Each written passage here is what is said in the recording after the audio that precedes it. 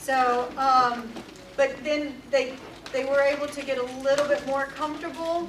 So, tell me, what did you learn? You have to be trusting. Yeah? You do. It's very draining. Draining. Very fatigued. You know, because you're trying to concentrate and focus on your safety and trying to compensate the fear. So you get easily fatigued and drained. It's true. Yeah. Just remember to say first names. So with that too. In the back, we got. Kenya, what I learned when I did it is that the sensory on the bottom of the feet changes, and it correlates to like how quick or slow your cadence is. So like when you're on carpet, you walk a little, your cadence is a little bit slower, but then when you go to more of the, I guess the slippery, you kind of get a little bit faster for some reason. So I noticed the difference. Even outside, the terrain outside is different too. Right. Were these things that you, to me it's interesting because usually for someone who relies on their vision then, that those things they're just walking past all of it, you know, not taking into account the different textures, the different sounds. But the other thing that's important to take from this too is to understand when we said that this type of training can take a while. So being able to get past that feeling of fatigue because it's so brand new to you, or that sense of just being scared. You know, the more training you get and the more confident you are in it, you know, a lot of that will tend to go away. So I have retinitis pigmentosa, and we are notorious for being in denial. And so with RP, it is a progressive retinal degenerative disease.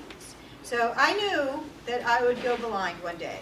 And usually with RP, your vision declines about every 5 to 7 years.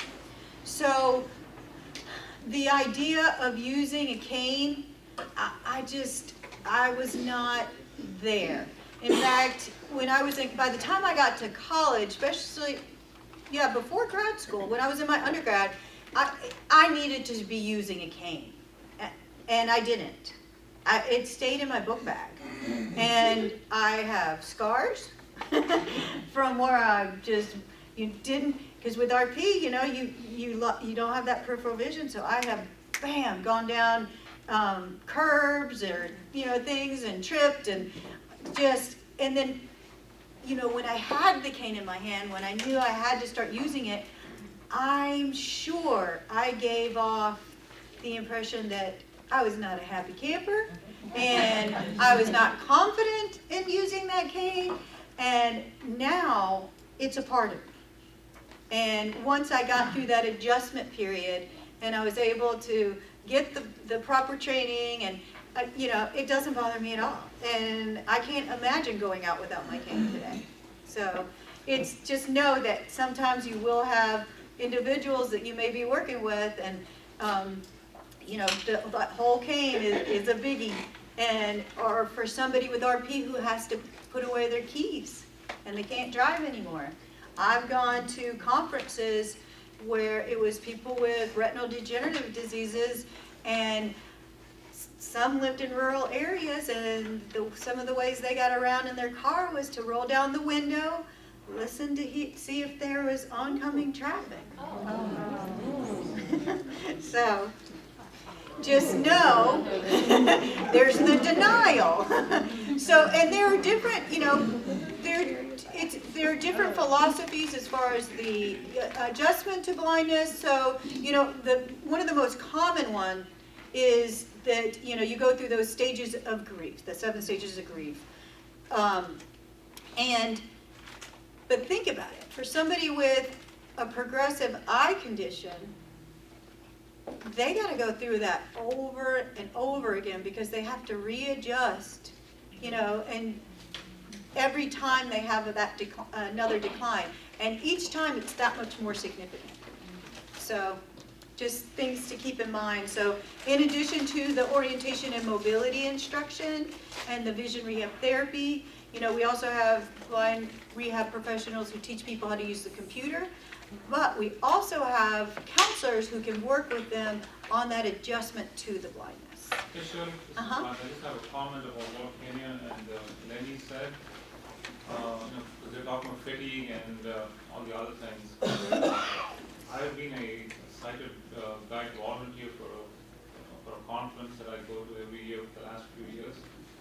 And one of the things that I did was take people to the exhibit halls and different areas of the conference which they wanted to go to. To me, I never broke my cadence. I kept walking like I normally do. And one thing that I did was I let people know that I'm approaching an escalator or stairs, or we're going to go through a door. I just let that person know. And to me, it was like me just doing my own thing, just walking. And it never seemed like it was a strain on me. And the thing is that I guess it's just a matter of getting comfortable with it. And not assume, don't assume that the person who's blind and has a cane and is using you as a sighted guide